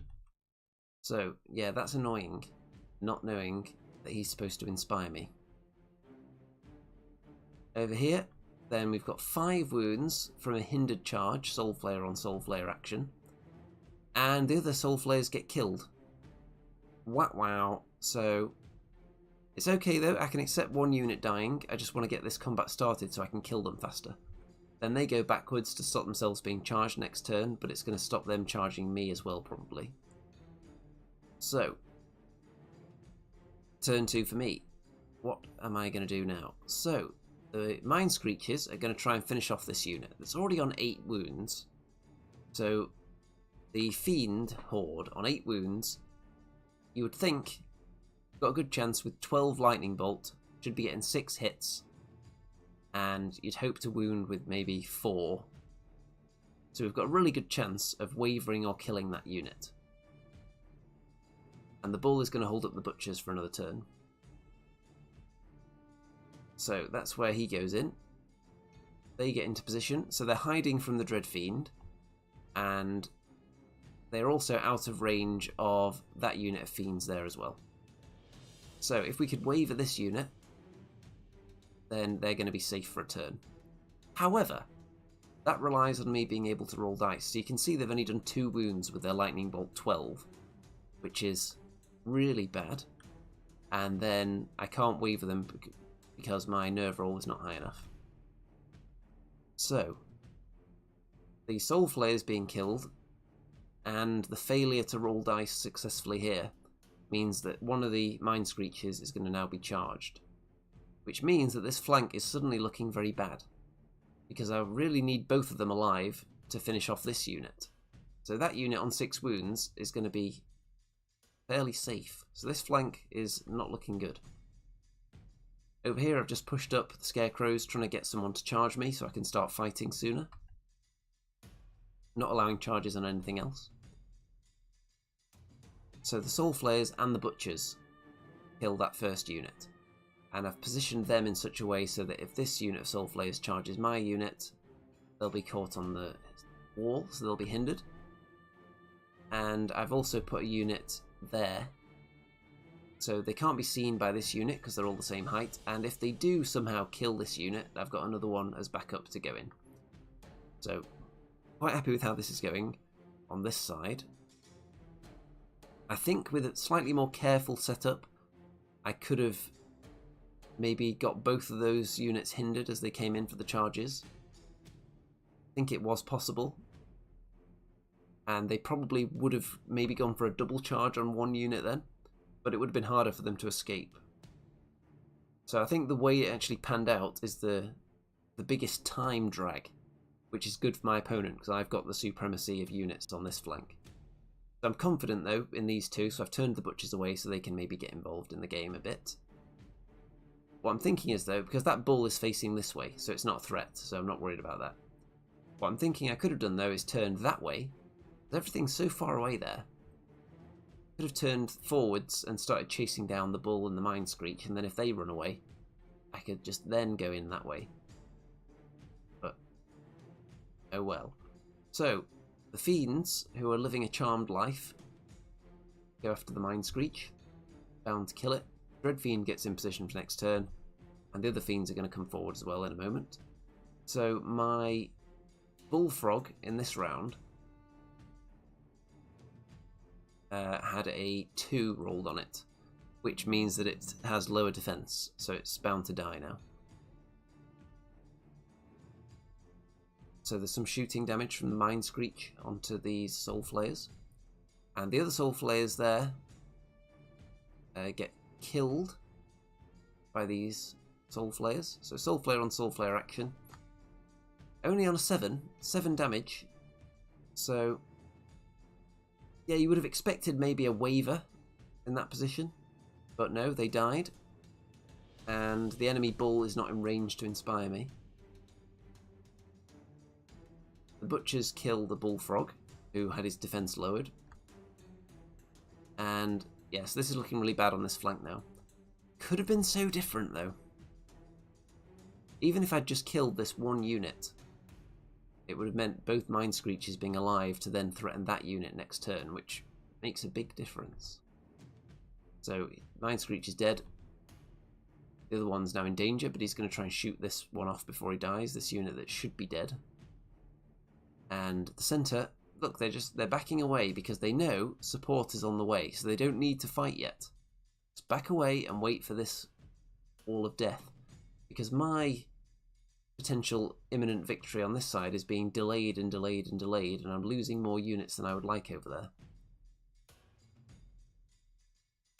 So, in order to stop these Soul Flayers becoming hindered, the butchers just walk backwards 3 inches onto the wall. So the Soul Flayers could then go in unhindered and wavered that unit, which is what you expect Soul Flayers to do to each other in the first round, really.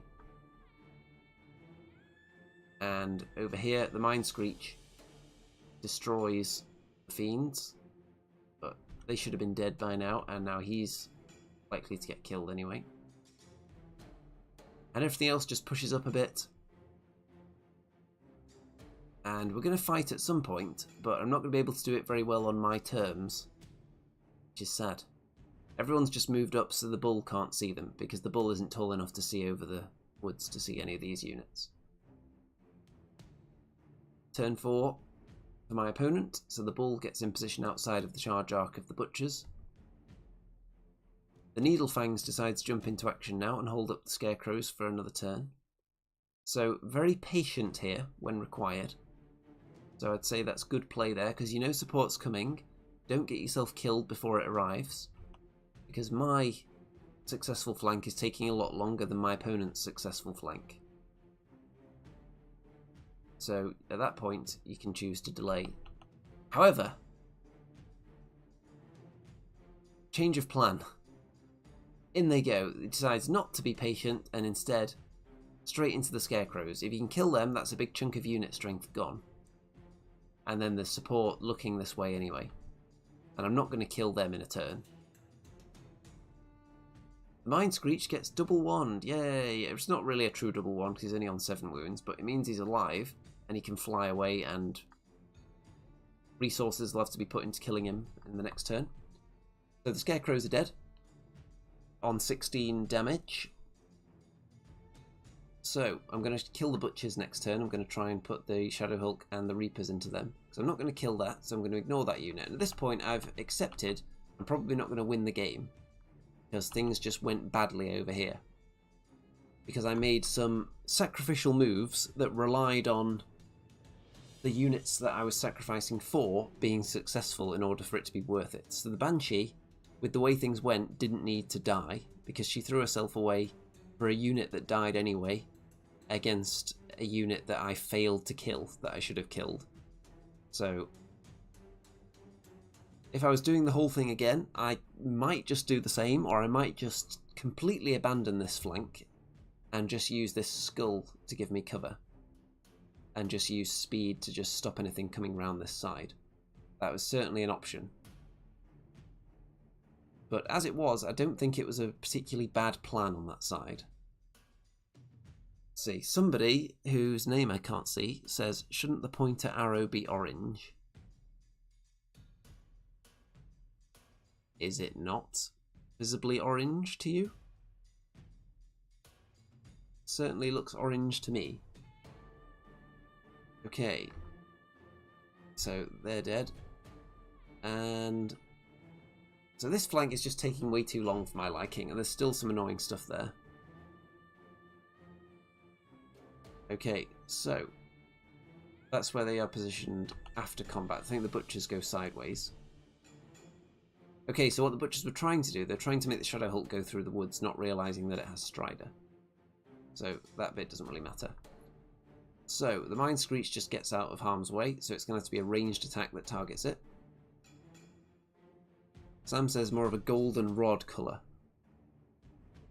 I suppose it's not like neon orange, it's kind of a mild orange, isn't it? If I could make it more orangey, then I would. In fact, can I make it more orangey? That is the orange colour I can choose from. So, you know what, I'm going to change it now. Let's have the thumbnail up while I go into editing here. Pick a custom colour. Let's make it more orange. So what's the most orange it can be? How about that? Okay, so is that orange enough for you? Happy now? That's got to be worth a like on the video, changing the colour of the pointer to appease the audience. So, the Soul Flayers kill the enemy Soul Flayers, so I've got this area sewn up, basically. But I haven't been able to help the centre, which was the goal. So it's just taken too long, and I've lost more Soul Flayers than was necessary. Some of that was just down to bad rolls. But, okay, one thing I will point out. So, the previous turn, when I wavered this unit, let's see. Okay, yeah, it was here. So, when I wavered that unit, the roll I got on the dice, I think I rolled 9 the first time, which would have been enough to kill them. At that stage, that's when I learned that the bull can inspire their own Nightstalkers, when my opponent pointed out that he was inspired. And I questioned how you can't use your own inspiring as Nightstalkers. So we looked in the book and checked with the TO, and apparently I just imagined that that was still a rule in 3rd edition. And I could have been inspiring myself for the entire tournament and this game, where it could have actually been quite important. Could have saved one of my units over there quite handily. Also, you'll notice that one unit of Reapers has died. That's because they were lightning bolted off with 3 damage, and then a nerve roll of 9 killed them. So another thing where, if I was going to inspire something in my list, I would have put inspiring probably near the easily killed Reapers. So maybe I could have had something in there that would have helped them. Whether that's a unit with inspiring or just the bull in this event. Then obviously in this game it wasn't anywhere near here anyway, so I think it was dead by that point. But it's another thing to think about. Those high nerve rolls that are just fatal to Nightstalkers when they're not in inspiring range. I could have been mitigating those this whole time by taking something with inspiring talisman on it, or just using my bull properly.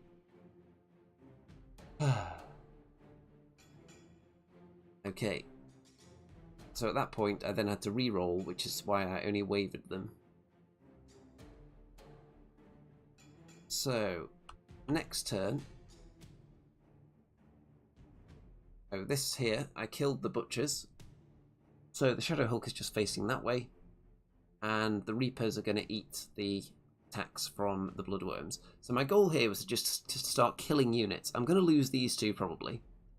But I'm going to kill as much as I can and try and rack up the most tournament points possible. So if I can hold the left area, that's 2 tournament points.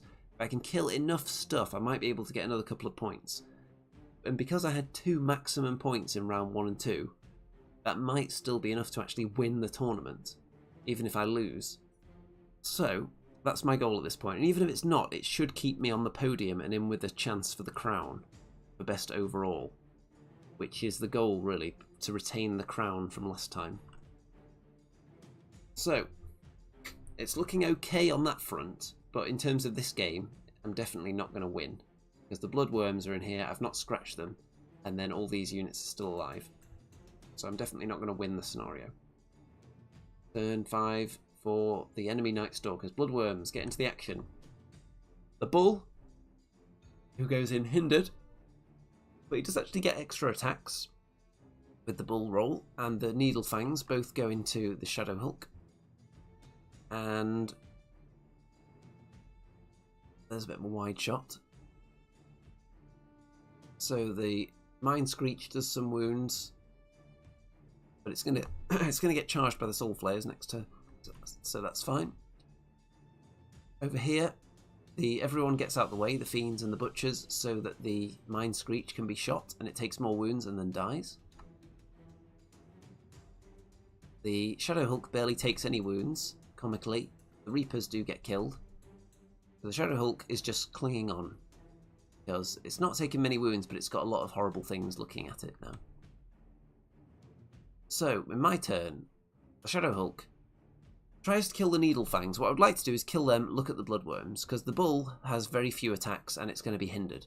So I don't mind being rear charged by it. Don't want to be flank charged by the Bloodworms, because they would kill me. So I have to kill the Needle Fangs and face this way. I rolled a 9. On the reroll, because they're inspired by the Bull, because of course they are, because my opponent is not a fool like me, and he actually knows the rules for his own army, and doesn't hinder his entire tournament performance by not knowing a simple rule for his own army, like some people did, i.e. me. So I then rolled a 7. I needed to get a 9 to kill them, and I thought, you know what, this tournament actually has, if you pay £5, then you can re-roll the dice. If you want to do it in each game, it would cost you £5 in each game. So it's £5 for charity to get a single re-roll of a dice. And I thought, you know what, it's for charity, it's a good cause. And if I kill those Needle Fangs, it could actually get me another tournament point, and it could be the difference between a place in the table. So let's go for it. Let's use the reroll, try and get 3+. 2 out of 3 chances. If there's 3 universes where this game's taking place, in 2 of those, I succeed and kill the Needle Fangs and look at the Bloodworms and maybe survive the next round. However, the universe we exist in is the 3rd universe where I roll a 1. Wow, wow, wow. So, still fail to kill them. And the Shadow Hulk is now going to get flanked, which doesn't change too much in terms of the game, but it stops me getting a kill and gives away some kills.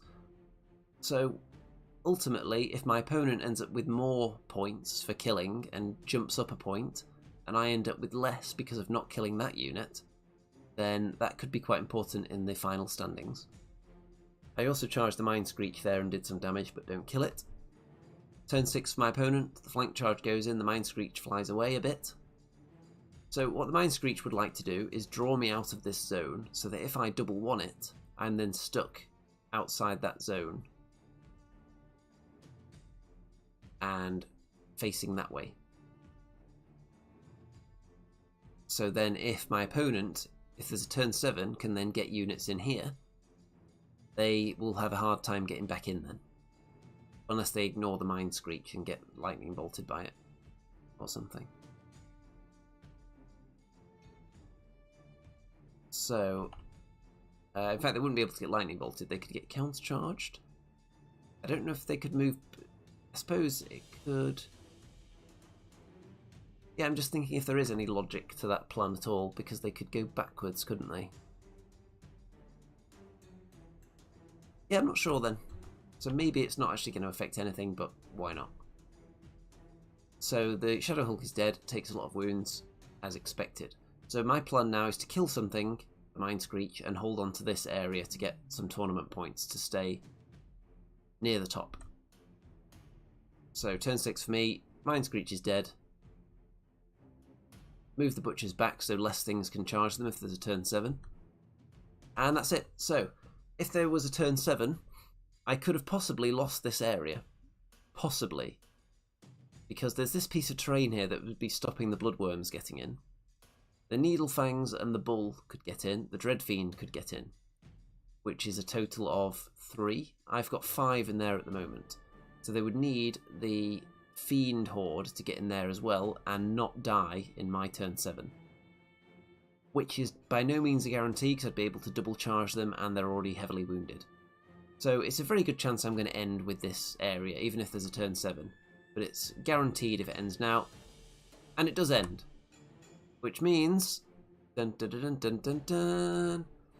So, on battle points, I finished second, 2 points below my opponent from this game, who finished first on battle points. So on the official Kings of War Masters rankings, I'll be put down as second, because you can't submit overall scores to the Masters, because they only allow tournament results that only feature battle points, which some people strongly disagree with. I don't have a particularly strong opinion either way on it. And that means that best overall crown for battle points combined with sportsmanship combined with painting score, which as we know is the real champion, the crown is mine once again. So I had agreed that if I didn't win the crown this year, I was going to wear my crown and coronate the new ruler of the Bullrun with this crown. However, I retained it anyway, so I've now got 2 crowns. And at this point I'm wishing, what if it was a different wearable trophy? What if it was a gauntlet? The Bullrun gauntlet. I could build up a full outfit if I go to enough Bullruns. But I'm pretty sure crowns are inexpensive compared to all those other elements that would make up a full suit of armour. So I'm not going to expect the Birmingham Bullrun to eventually build me a full suit. So I think a crown will do each time.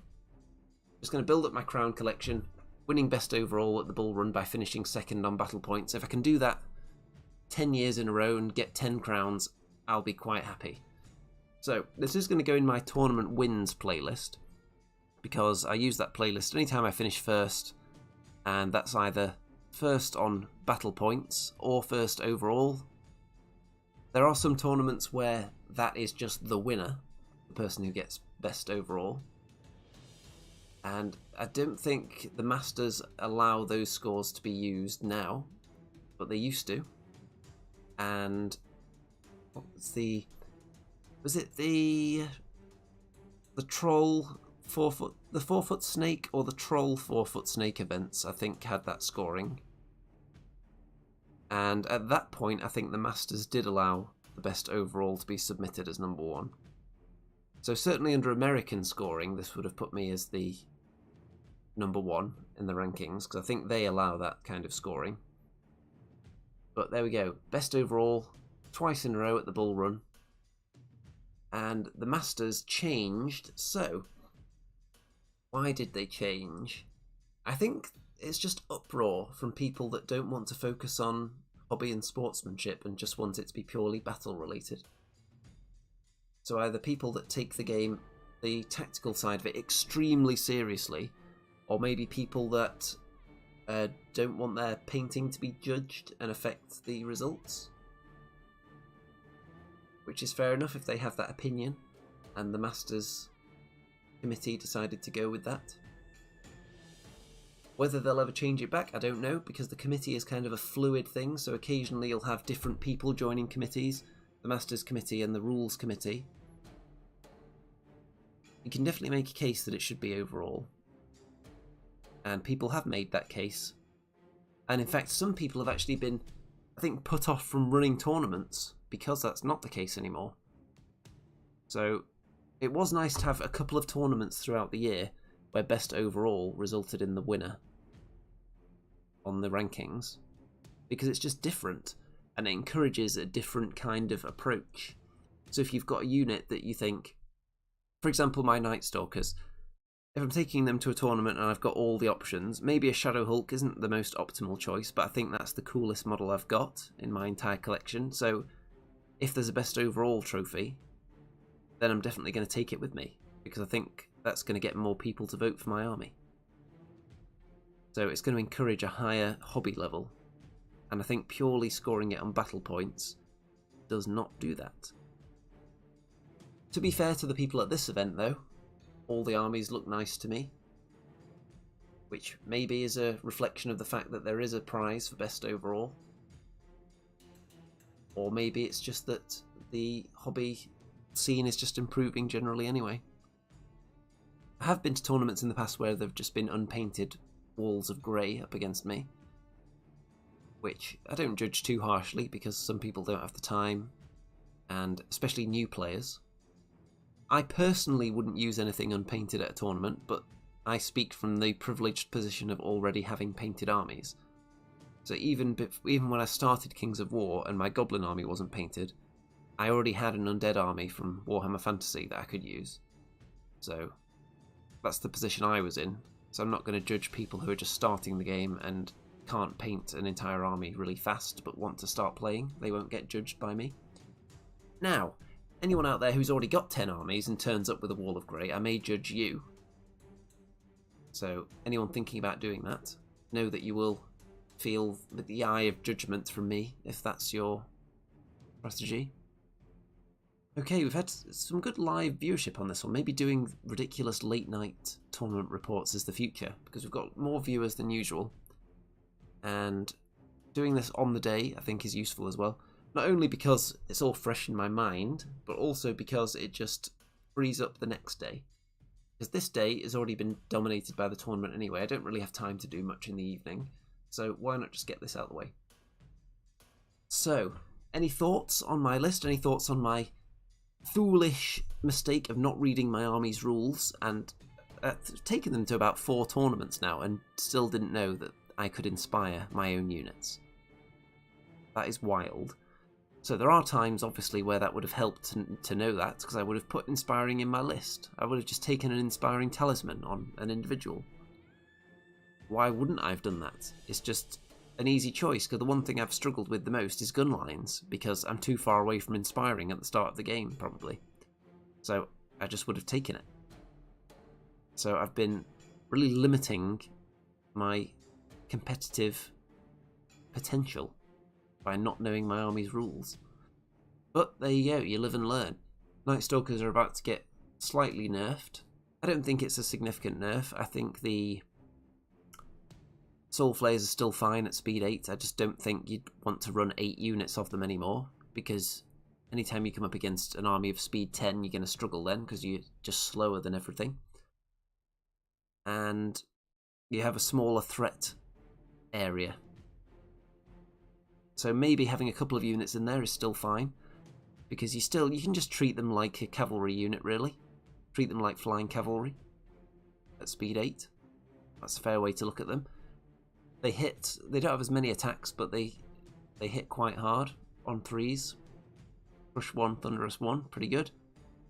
So I think they're still a decent choice. Reapers are still good, I think. They've gone down in points as well as losing some of their attacks, so their roll just changes slightly. It makes them a bit more expendable, but a bit less devastating. And then the Mind Screech height changes means that we have to hide them behind Needlefangs now. Or just don't hide them behind things at all, if that's the way you want to go. But Needlefangs are the future if you want to hide your Mind Screeches, folks. You heard it here first. Does that mean that other chaff is not as fashionable anymore? No, because we've lost the speed 10 on the Soul Flayers, so if we want speed 10 in the list, the cheapest way to get that is going to be Shadowhounds and Phantoms. So that could make them fashionable again. So the Nightstalker meta is going to shift around a little bit. I predict we're going to see some different kinds of lists coming because of those changes. Mostly the Soul Flare change, that's the main one. And things like Butchers that were still pretty solid, I don't think they've changed at all. So they're still a good choice. Maybe we'll see more Void Lurkers if we want a big threatening speed 10 thing, now that Soul Flayers are no longer that fast. Scarecrows, Bloodworms, still good choices as well. Inexpensive Scarecrows. Bloodworms are just tough. That's a lot of nerve to chew through. An average defense, and they can also put out some pain as well. So I am working on Bloodworms, don't worry, it is coming at some points, but it's just not at the top of my list. At the moment I'm painting my second Shadow Hulk, and I'm looking at it right here. I could actually finish it within a week, so by the time the next tournament rolls around it'll definitely be ready. So I could run 2 Shadow Hulks at the next event, and if it's ready I definitely will actually, because I think this one, it doesn't have as many elements on it. It doesn't have like as many faces on it as the first one. But the things it does have going on are kind of bold and big. So I'm not going to spoil too much in case anyone would like to be surprised when it's finished. But I think it's going to be quite impressive looking. It's definitely going to be cool. I've spent actually about an hour highlighting its toenails and fingernails, and if I tell you that it has a lot of toenails and fingernails, a lot more than you would expect to find on a model, then that should give you some idea of the look that I'm going for with it. Okay, what else am I working on? Other than the bloodworms, I've got some shadow hounds that I'm going to paint as well, because at some point I want to try the formation that gives them extra attacks against big stuff, Slayer. I've got some more phantoms as well, so I could have a second unit of those. I've got a box of scarecrows. It's just intimidating having to paint another 35 scarecrows. But I'll do it at some point. They're not that hard. It doesn't take that long. Especially the way I was doing it was mostly with contrast paints and then highlighting on top of it. So it's not the most time-consuming method, so they will be done at some point.